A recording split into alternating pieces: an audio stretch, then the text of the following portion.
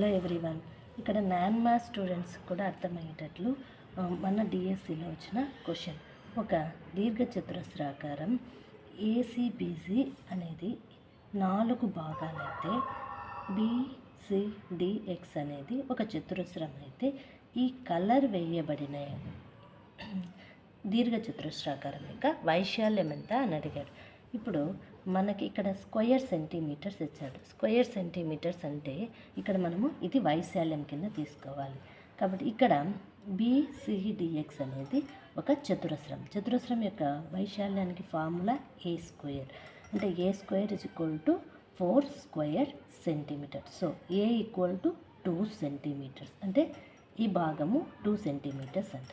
ఇది దీర్ఘచతురస్రాకారంలో ఉంది కాబట్టి ఇది పొడవు ఎంత 2 సెంటీమీటర్స్.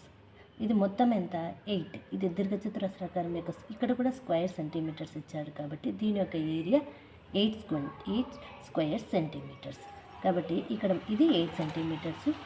దీని యొక్క వెడల్పు ఇప్పుడు ఇది ఎక్స్ అనుకుంటే X is equal to 8/2. X is equal to ఎంత 4. ఈ భాగం మనకి 4.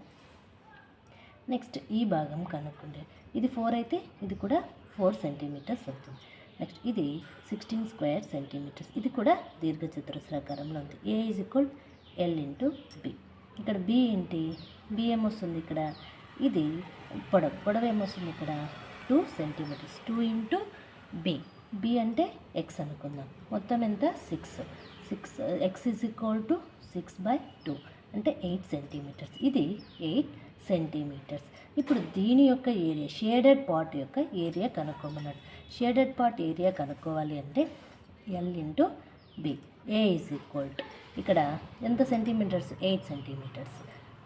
ఇక్కడ ఎంత సెంటీమీటర్స్ 4 సెంటీమీటర్స్. తర్వాత నెక్స్ట్ 8 4 జా 32 స్క్వేర్ సెంటీమీటర్స్.